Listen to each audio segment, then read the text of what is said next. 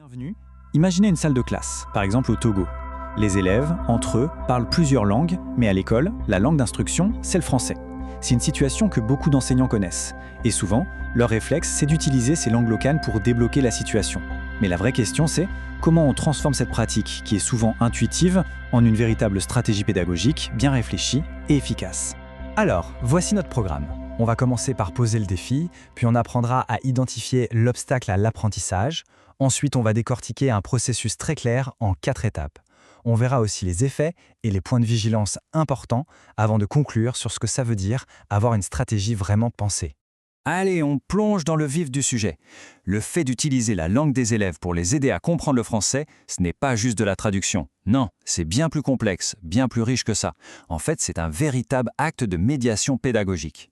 Du coup, la question qu'on se pose, c'est comment un enseignant peut-il analyser ce qu'il fait, de manière simple, pour être sûr que son intervention est la plus juste et la plus efficace possible. C'est vraiment tout l'enjeu. L'objectif, c'est donc de proposer un cadre clair. On peut voir ça comme un outil pour transformer une pratique un peu spontanée en une stratégie consciente et maîtrisée. Le but, c'est d'être capable d'observer, de comprendre et enfin d'analyser ce qui se passe. On passe à la première étape et elle est absolument fondamentale. Parce qu'avant même de penser à une solution, il faut être capable de reconnaître avec certitude qu'il y a un obstacle, un vrai blocage dans l'apprentissage. Alors, quels sont ces signes concrets? Ça peut être un silence qui s'installe dans la classe, des regards un peu perdus, interrogateurs, aucune main qui se lève quand on pose une question. Ce sont des signaux qui, en général, ne trompent pas. Et le test ultime, c'est quand les élèves sont incapables de reformuler une consigne avec leurs propres mots. Là, on est sûr, l'obstacle est bien là. Bon, une fois que l'obstacle est bien identifié, on fait quoi? C'est là qu'intervient le cœur de la méthode, un processus structuré, logique, en 4 étapes bien claires pour guider l'action de l'enseignant. Voici le plan de match. Ça commence bien sûr par identifier la difficulté. C'est ce qu'on vient de voir. Ensuite vient la décision de basculer vers la langue locale. Puis, l'acte de médiation en lui-même. Et enfin, l'étape indispensable, le retour au français. Allez, on regarde ça de plus près.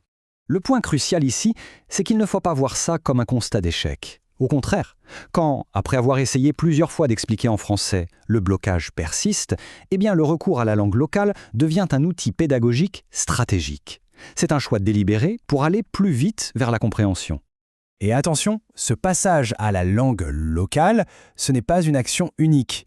L'enseignant ne se contente pas de parler la langue. Il ou elle va mettre en place une médiation bien spécifique, choisie en fonction de la nature exacte du problème. Et les options sont variées et plutôt malignes. Parfois, il suffit juste de traduire un seul mot-clé qui bloque toute la phrase. D'autres fois, il faut prendre le temps de réexpliquer un concept en entier. Un exemple concret, tiré de la vie de tous les jours des élèves, ça peut faire des miracles. Et puis, il y a une stratégie très puissante, s'appuyer sur un élève qui a compris pour qu'il devienne le médiateur pour ses camarades. On en arrive à l'étape la plus importante, celle qui donne vraiment tout son sens à la démarche.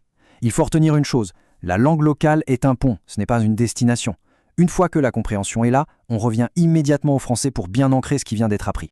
Et comment on fait, concrètement? Les techniques sont assez simples et efficaces.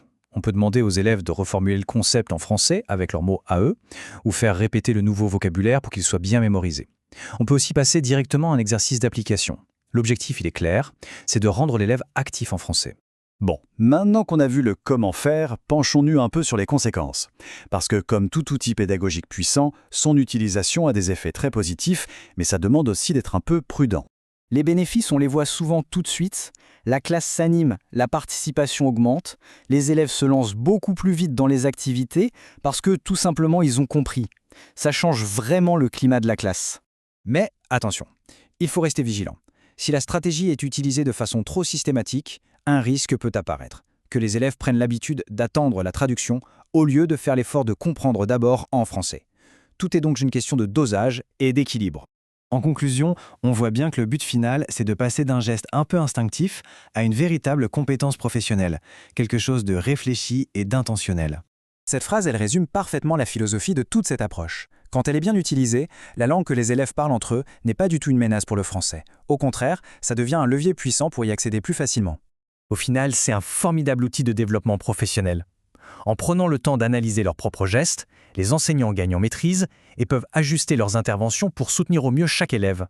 Alors, si on résume tout ça, on a un cycle complet. Tout part d'un obstacle. Ça déclenche une décision qui mène à une médiation, suivie d'un retour au français, et à la fin, une phase d'observation des effets qui va venir nourrir les décisions futures. La boucle est bouclée. Tout cela nous laisse avec une question ouverte. Au-delà de ce contexte précis, on peut se demander comment un cadre de pensée comme celui-ci pourrait inspirer de nouvelles pratiques et transformer la dynamique dans d'autres classes, partout dans le monde où les langues se rencontrent et s'enrichissent. La réflexion est lancée.